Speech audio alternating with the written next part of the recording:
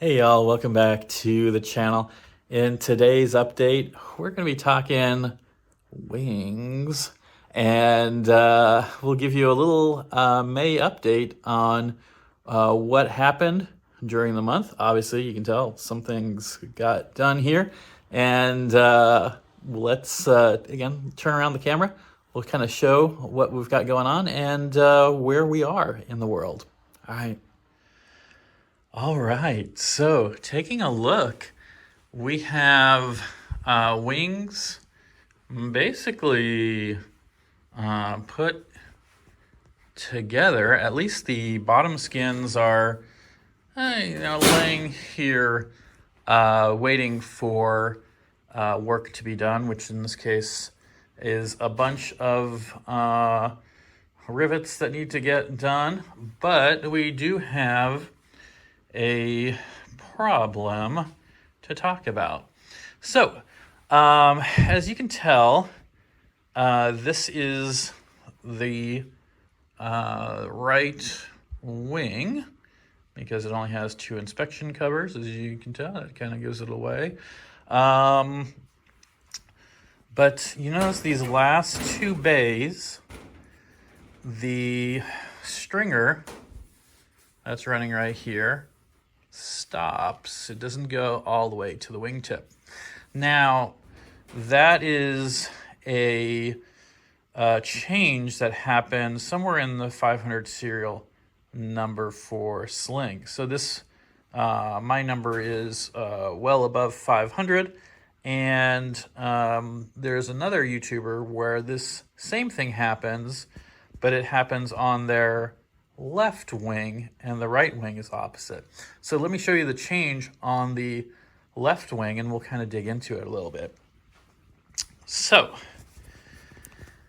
this is the left wing, and we can tell again we got the hole for the pitot, and we got the inspection in the center for the pitot, and then of course we have this stringer line that does go to the last 2 bays. Underneath, we'll also see that the ribs are set up for a stringer to be there. There's a notch. That makes sense. So that's what the difference is. That's the left wing. The right wing, again, has the 2 bays, does not have that, but the rib is also set up for the stringer, and the notch is there. So what's happened here is that my kit was in transition between one to the other. And I opened a tech support request, and of course I had a conversation on Facebook as well. If you guys aren't in the Facebook group for Sling Builders, check that out. And that's where we find where we had another builder that had it on the opposite side. Now, in the old build docs, the 6.4 side, the way Sling envisioned it, and there's no notch in the rib. The ribs, the stringer ends, and then you've got the last rib, and the wiring just kind of spins off from there. Now, in the 6.6 docs, there is a stringer that's all the way there, and it's accounted for, and its design is to stop the oil canning effect. So you can tell this is a pretty big section, and it would definitely be pretty floppy even when it's riveted in place. So they apparently had that complaint. They solved it, but it's something that's to be resolved for these guys. Now, what else is happening on these things? You can tell, you probably noticed that I did some painting here, and I painted the rib, and I've painted the rib here that's gonna help with the hold the lights as well. So those are done. I've inserted the riv nuts in here, and of course they're epoxied on the back as well, so those suckers are not gonna go anywhere, which is nice. I still need to rivet this in place, obviously. Once the wing's back on the other side, I'll do that. I was holding off on it until I had a chance to put the skins, get it ready for the skins, at least on those as well. That way I can kind of do it more at once. Before I do the rivets here, I need to do one more level check on the jig to make sure, because of course I've turned the wings around, and you want to make sure that the jigs are level and that's set. The other thing that I've done is on the inside of those leading edge skins, I've also painted those. You see a little bit of overspray on the edge. The black is it tends to spray a lot, but I used a flat black on the inside, like it's supposed to be non-reflective kind of thing, but it's supposed to be a flat black on that, and it just worked out really well. Same thing on the other side. Again, this is going to be really hard to get to once it's all put together, so I've done that portion. I also did the work on that final rib 14. You can tell I did the top end of those, so that when it all comes together, it's going to work out really well. And I'll do the other pieces as well. There's a frame that holds the lights, and those will get that same kind of matte black paint on them, and that'll look super good. So what's the plan, I guess, for this wing fix, right? What am I gonna do here? Obviously, the left wing, there's nothing to do really. I'm basically holding on putting the rivets in because I want to get the structure. I want to get the missing pieces in, so that when I start riveting it all, it'll go, and that stringer will tighten everything down as well, and I'll have a nice clean build.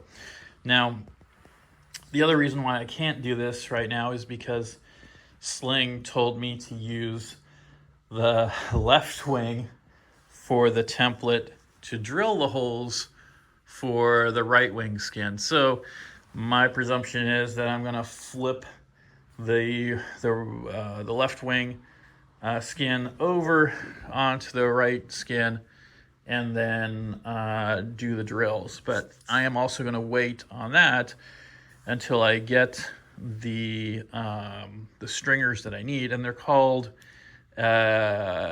stringer extensions, and they're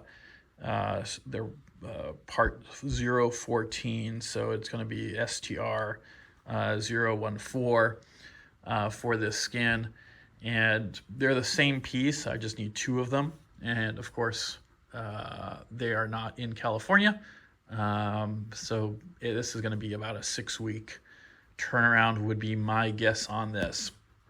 So yeah, so I have some hole drilling to do. I'm in a thankful position where I can take the skin off and do the DRTD work and get these properly dimpled. So thankfully I'm not having to do some hand dimpling with a rivet puller and some janky work there to get those done. Other than that, there's not much. Like, you can tell I'm basically out of table space at this point. Like, I'm concerned that I'm at a point where I don't have enough room to do everything that I need to do elsewise. And there's not much else I can do here. So what I've started doing is, while I'm waiting, I have a couple days worth of work, I guess, to do as much as I can for the flaps and the ailerons. So I've started cleaning these. They're deburred now.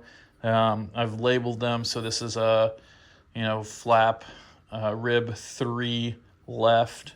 And so I'm using blue basically for left, and then for the right side, there is going to be F3R, and it's going to be in red. And that way when I'm painting them, I can also tell the difference. Even if the numbers get a little blurred, I can tell by the color which side it came from on that perspective. But honestly, this is cleaning these was about an hour's worth of work for all of this. So I have another hour on the right wing to do that. And then scuffing these and getting them ready for paint will probably be another hour. And so I basically have, I don't know, 2 days worth of work to prep all that stuff at me going fairly slow. And then, I've got these skins. Obviously there's 4 of them nested in there. And I've got to paint the inside of those, prime them. Again, that's going to take me an afternoon to pull off the plastic and then clean these and then paint them. So, there's, if I extend it out again, 2 more days, so 4 days worth of work. And then putting them together, again, if I extend those out again, let's say that takes me another 2 days to tinker where I can. Obviously, flaps and ailerons for final rivet require that these wings be at a point where they can be test fitted and then adjusted and then riveted to match the wing profile. So can't do that without the skins being done. Those are being blocked by whatever modification, of course, the stringer modification that was caught in between. Now, question has always been, Greg, why didn't you catch this during the initial work? Well, one, when I was scuffling, I didn't notice. So bad on me that I didn't notice the dimple pattern was different on the two. Obviously, I wasn't looking for extra holes or lack of holes when I was doing that work. When I was doing inventory, these extended stringers were not on the inventory list, so there was nothing there for me to check mark. But again, I have pieces that don't match there. So so that takes me to flaps, getting those done. Again, I'll only be able to shoot probably like 2 or 3 rivets into each one of these, each one of the ribs that's there, and that's about all I can do on those besides keeping them in Cleco, because there's adjustments that need to happen on that, and you can't do that from there. And then the fuel tanks, well, you can tell the skins. I've already done the basic work on dimpling the tanks and prepping those. So I thought I was already like pretty far ahead of the game. The only thing that I haven't done is started cleaning them. And again, I'm a little hesitant to start that work because I'll have to clean them again anyway before I get the sealer out, and I want to make sure that they're really prepared on that side. So on the tanks, about the only thing that I can do there is clean and dimple the tank ribs basically. And again, let's say that's 2 days worth of work. I have maybe 2 weeks of busy work right now to keep going. And then I'm totally stopped at that point. So I've got about 2 weeks before I'm totally stopped from that perspective. All right, let's take a look underneath just to see what's happening underneath as well. And these look, it looks really good underneath. It's all primed, it's very pretty. And everything's organized really well. Now I will say this tube is still, it's snug right now, and I want to say it is snug because of the way the ribs are. I'm going to work on it again once the skin is in place.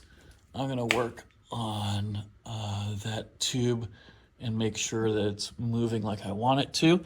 But right now I'm waiting. The same is going on this side. You can tell everything is in place. We're just, it's a waiting game at this point. And I will say it looks super cool underneath these wings. I'm super excited about it. I want to get them turned over and done, but that's where we are in the world. Let's take a look at the back side of these things. Not much to see here. There was one interesting rivet just to watch out for, and that is right here is this one. So this is the second hinge for the flap, and there's a 995 in this thing. And of course, the first one that I had in there, I drilled out because I thought it was a little high when I put the rivet in the first time. I was like, it's not going to hit. And then sure enough, I put the panel in, the channel, and it needed to be drilled. And so, yeah, I lost a 995 in that. Everything else worked really well. And yeah, I'm really happy again with the way this is working. And now these rivet holes, they're going to take solid rivets when the top skin comes on. So when the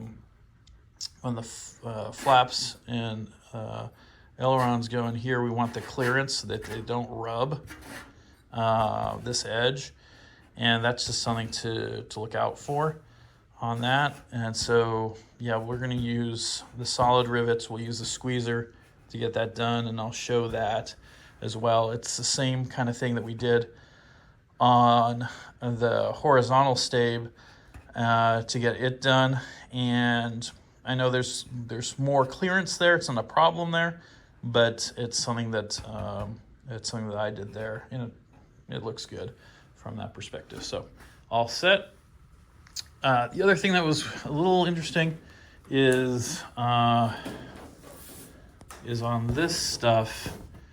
It is impossible to shoot a 4.8 millimeter rivet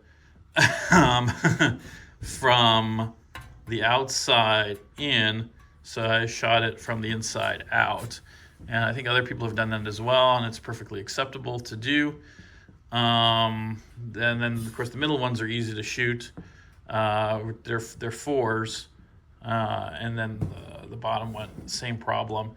Impossible to shoot based on the way these ribs are, and that's just the nature of the game. And of course, we're looking at this thing upside down. So, but yeah, you can see I did that all the way along that side. All right, the other thing you see is I need to go back and scuff this thing. So that'll be, I got plenty of time for that. So that'll be a whopping 30 minutes worth of work. And I am going to go, you see the paint here. I am going to prime this edge and that is because the inside skin lays over the outside skin, right? And so because this surface is underneath, I'm going to prime it anyway just to make sure, even though of course the inside of my skins are all primed. It's just going to give me the extra comfort that I want for this work. So that's where we are, and yeah, let's wrap this video up. All right, everyone. So as you can tell, there's a lot of work that's happened. I am a little bit concerned. I'll tell you, my fuselage kits have a ship date from South Africa for 18 June right now. And as you saw in my garage, I have no idea where those crates are going to go. I have no idea where they're going to go at this point in time. If I get crates before these wings are in their wing cradle, I'm in trouble. So it's going to get interesting in that front. There may be parts in the living room. There may be parts in the basement. My understanding is there's at least 3 crates that are going to show up sometime. Let's say if these crates ship in June like they're supposed to, they're going to be here probably in August, which means I have to whatever amount of time it takes for those extensions to come in, those stringer extensions to come in, I have to work double time to get the flaps done and to get the fuel tanks done in time so that these wings can go on the stands and collapsed out of the way so that I can get these 3 large crates that I'm expecting to come in and be workable. One of them, which is going to be the canopy, is a substantial sized crate, and yeah, it's going to be cool. I've also been waiting for that canopy crate for a while because there's fiberglass work that's got to happen on it. So we'll talk about that when it comes in, and I've had a chance to 3D scan it and to look a little bit more at what we want to do with it. But it's experimental, so we're gonna experiment. Cool. Well, thanks for watching today's video. Look forward to the next ones, and again, hopefully we're, like I said, we've got a couple weeks worth of work here. And then hopefully we have enough little things to do while the parts ship. And otherwise, I guess I'll enjoy June off from the build. And maybe I'll take a trip up to a build center and have some fun there. I warned one of the builders already that if their wing looks good enough and it has the right rivet line down the end, that if they see me with a Sawzall, just watch out. Maybe check their wings before they take off next time. I might be borrowing a part. I don't know. No, seriously, I don't think I would actually do that, but